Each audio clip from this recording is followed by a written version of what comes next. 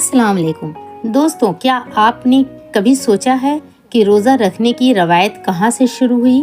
چلیے چلتے ہیں تاریخ کے اس پنے پر جب دنیا کے پہلے انسان حضرت آدم علیہ السلام نے اللہ کے حکم سے پہلا روزہ رکھا تھا، اور اس روزے کو رکھنے کے پیچھے کی اصل وجہ کیا تھی۔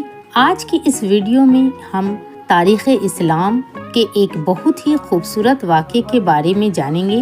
ہم بات کریں گے حضرت آدم علیہ السلام کے ان پہلے روزوں کی جنہیں ایام بیض کہا جاتا ہے۔ جب اللہ تعالیٰ نے حضرت آدم علیہ السلام کو جنت سے زمین پر بھیجا تو وہ دنیا کے پہلے انسان اور پہلے نبی بنے۔ روایت ہے کہ جب آدم علیہ السلام زمین پر تشریف لائے تو سورج کی تیز تپش، گرمی اور زمین کے ماحول کی وجہ سے ان کے جسم کی رنگت بدل گئی تھی اور اس میں سیاہی یعنی کالا پن آ گیا تھا۔ حضرت آدم علیہ السلام اپنی اس حالت اور جنت سے جدائی پر بہت غمگین تھے اور اللہ کی بارگاہ میں توبہ و عبادت میں مشغول رہتے تھے۔ جب اللہ تعالیٰ نے حضرت جبرائیل علیہ السلام کو بھیجا اور انہیں پیغام دیا کہ وہ چاند کی 13، 14 اور 15 تاریخ کے روزے رکھیں۔ جب حضرت آدم علیہ السلام نے پہلے دن کا روزہ مکمل کیا تو ان کے جسم کا 1/3 حصہ پھر سے روشن اور سفید ہو گیا۔ 14 تاریخ کو جب دوسرے دن کا روزہ رکھا تو ان کے جسم کا 2/3 حصہ چمکنے لگا۔ 15 تاریخ کو تیسرا روزہ رکھا۔ جب تیسرے دن کا روزہ ہوا تو ان کا پورا جسم پہلے کی طرح نورانی اور سفید ہو گیا۔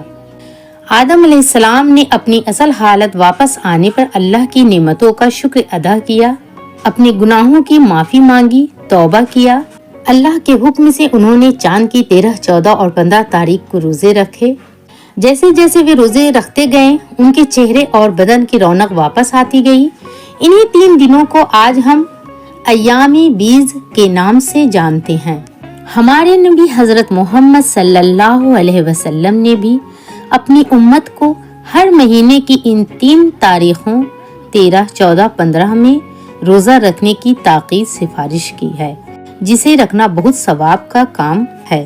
حدیث میں آتا ہے کہ ان 3 دنوں کے روزے رکھنا ایسا ہے جیسے کسی نے پوری زندگی روزے رکھے۔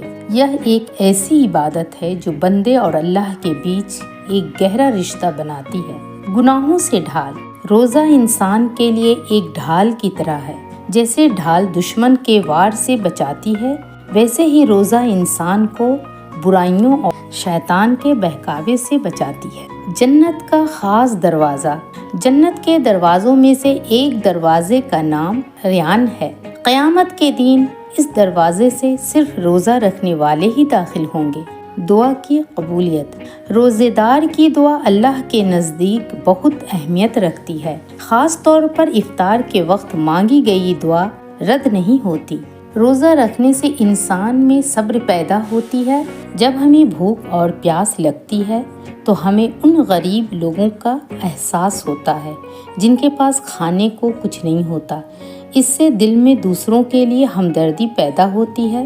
حضرت آدم علیہ السلام نے جو روزے رکھے ان سے ہمیں یہ سبق ملتا ہے کہ روزہ رکھنے سے انسان کی توبہ قبول ہوتی ہے۔ اس سے انسان کے چہرے اور روح پر نور چمک آتا ہے۔ مشکل وقت میں اللہ سے مدد مانگنے کا سب سے بہترین طریقہ روزہ صرف بھوکا پیاسا رہنے کا نام نہیں ہے، بلکہ اپنی زبان، آنکھ اور کان کو بھی برائیوں سے روکنے کا نام ہے۔